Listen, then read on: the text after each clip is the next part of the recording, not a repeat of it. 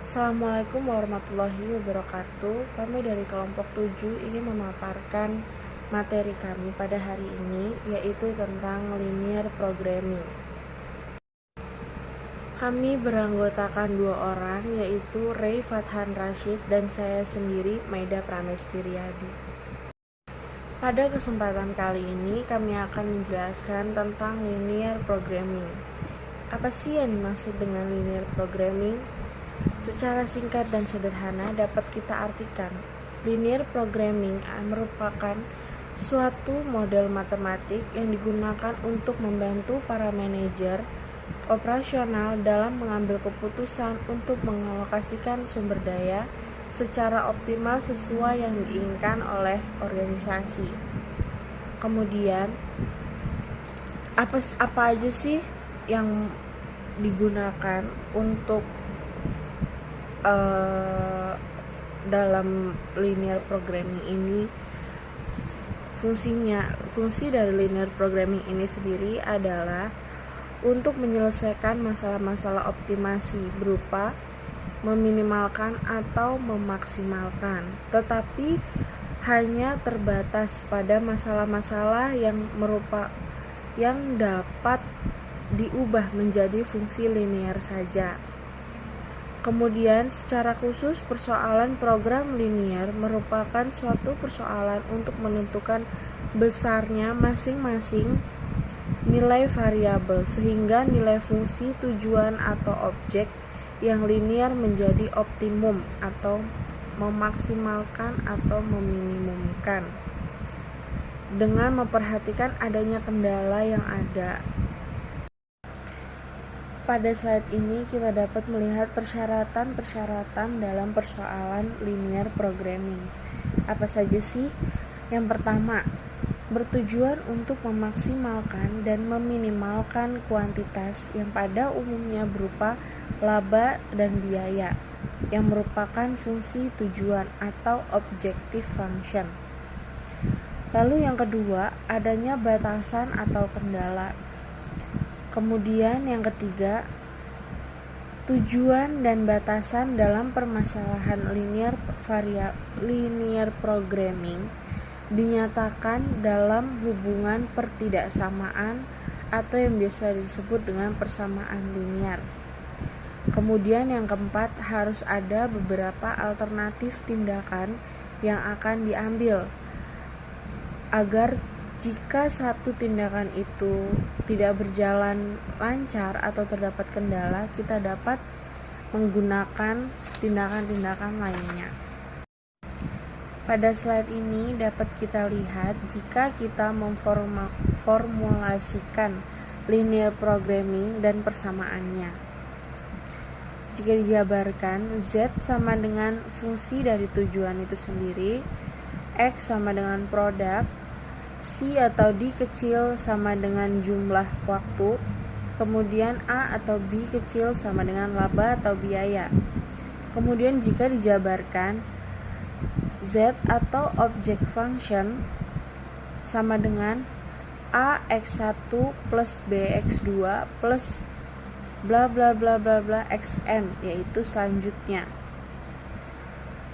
Jika dijabarkan menjadi laba atau biaya dikali produk pertama ditambah laba atau biaya dikali produk kedua, dan seterusnya. Untuk batasan dan kendala itu terdapat 2, yaitu ada C2X2 plus DX2 plus selanjutnya lebih kecil dari B1. Jika dijabarkan menjadi jumlah waktu kedua dikali produk kedua ditambah jumlah waktu dan produk kedua, dan seterusnya.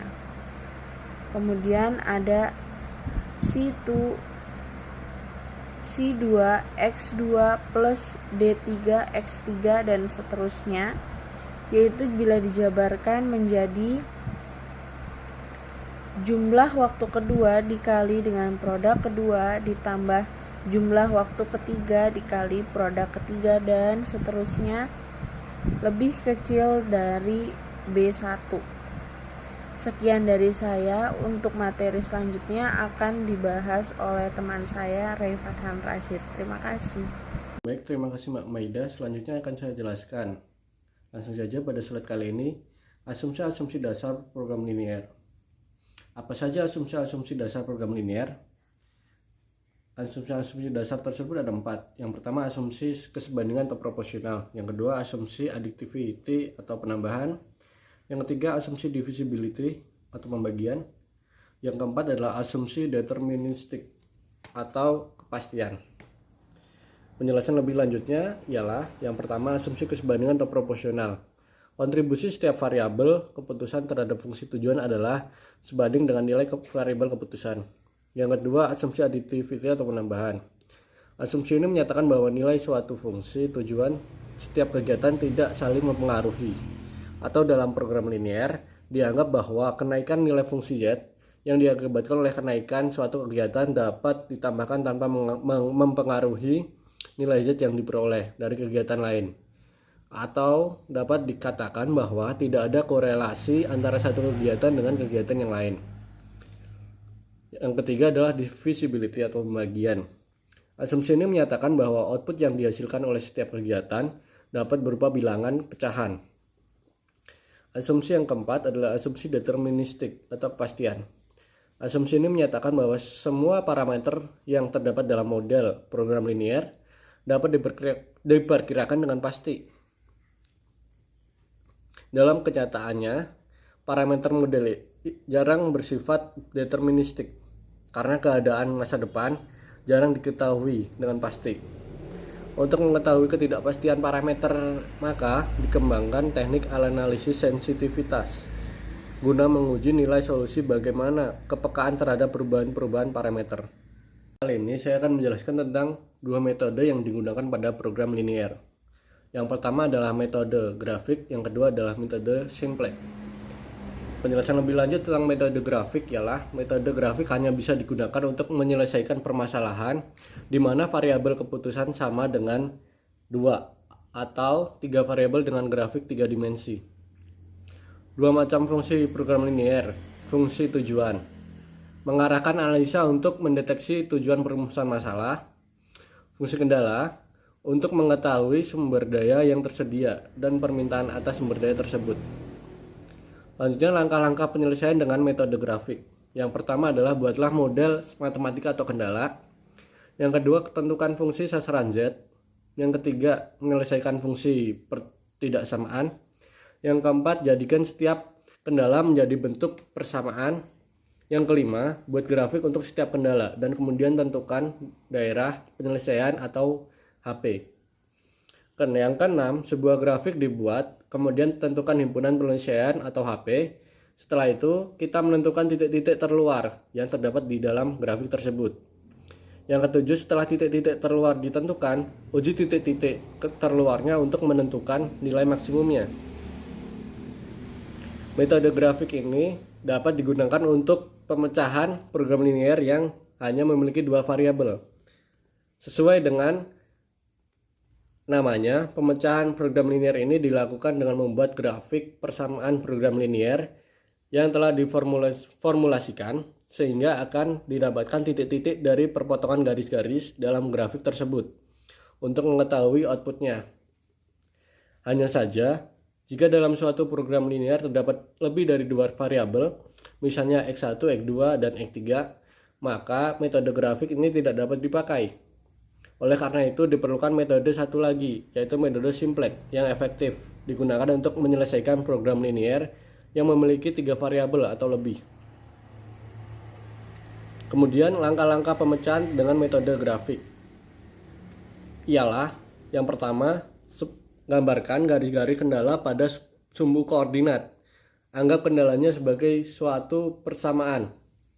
Yang kedua, tentukan daerah dalam bidang koordinat yang memenuhi semua kendala atau daerah visible. Kemudian tentukan semua titik daerah visible tersebut. Yang ketiga, hitung nilai fungsi tujuan untuk semua titik sudut daerah layak.